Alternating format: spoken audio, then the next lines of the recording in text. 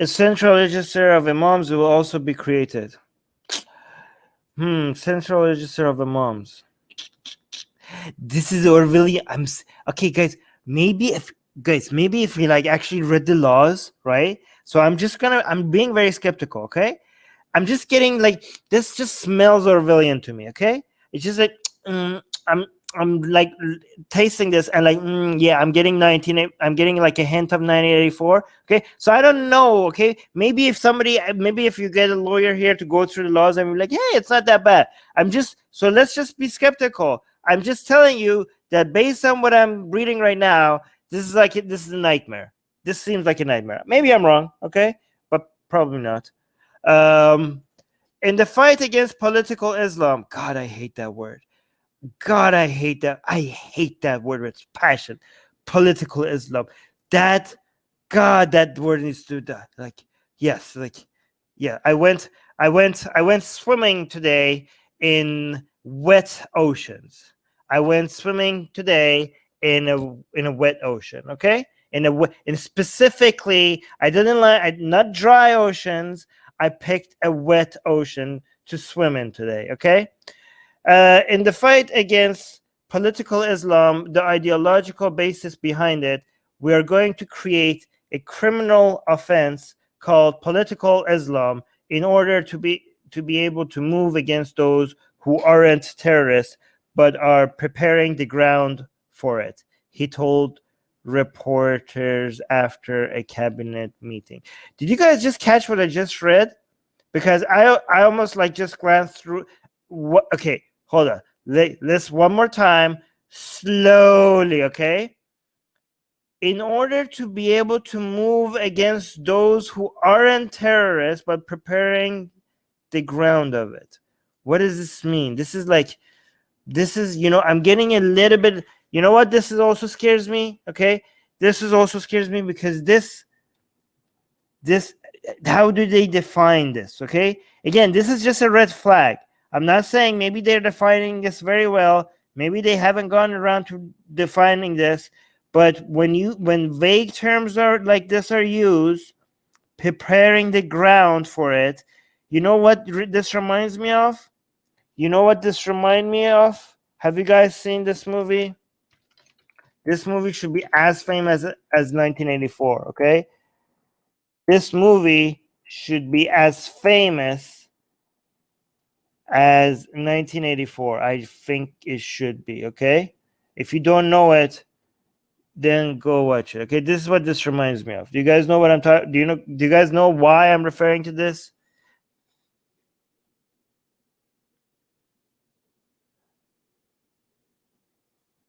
Do you guys know why I'm worried? Okay, Marco is saying, Marco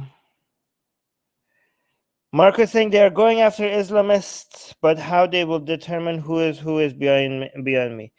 Yeah, again, Islamist is another term that suggests that there is a difference between Islam and Islamism. There is no difference. Okay, what we're trying to figure out.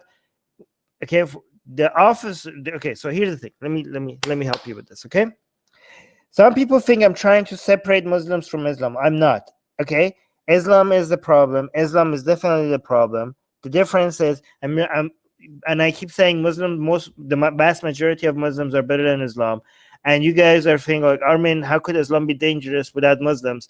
If Islam has an influence on our lives, has to be true Muslims. Okay, and let me clarify how this works. Okay, most Muslims are influenced by better standards and better values and better philosophy and better sources of influence than Islam. Most Muslims, and that those sources of influence includes their own natural sense of sympathy and kindness. Okay. However, Islam is purely evil. Okay, purely evil. Okay, most Muslims are somewhat influenced by Islam, but not a lot. Okay, the more your influence, the more your life as a Muslim reflects Islam, the more dangerous you are. Okay, the more your life reflects Islam, the more of a dangerous person you are. But because most Muslims because most Muslims are only somewhat influenced by Islam, or are influenced in Islam in areas that is not as directly harmful to us as some other people, okay, then you cannot use the label Muslim as a way to figure out who's a threat. And if you do, you're generalizing, and you are basically doing guilt by association, and you're doing collective punishment, which is all anti-enlightenment values, okay? So while I blame Islam for these attacks, okay, I do not then go and do guilt by association and try to find and just be like, you're Muslim, so you're a risk factor, okay? Even if Islam is a factor, there's two separate things that needs to be done here. There's an ideological battle, which we fight against the ideology, regardless of the people, okay? We just say these are bad ideas and that, okay, because of that. But when it comes to actual actions on the ground, the government, the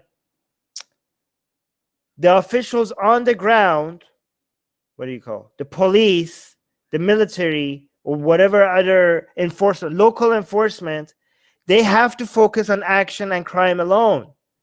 They focus on action and crime, on things that people are doing, not the things that people are thinking. Okay? Enforcement officers have to focus on what people are doing, actions, crimes taking place, harm against other people.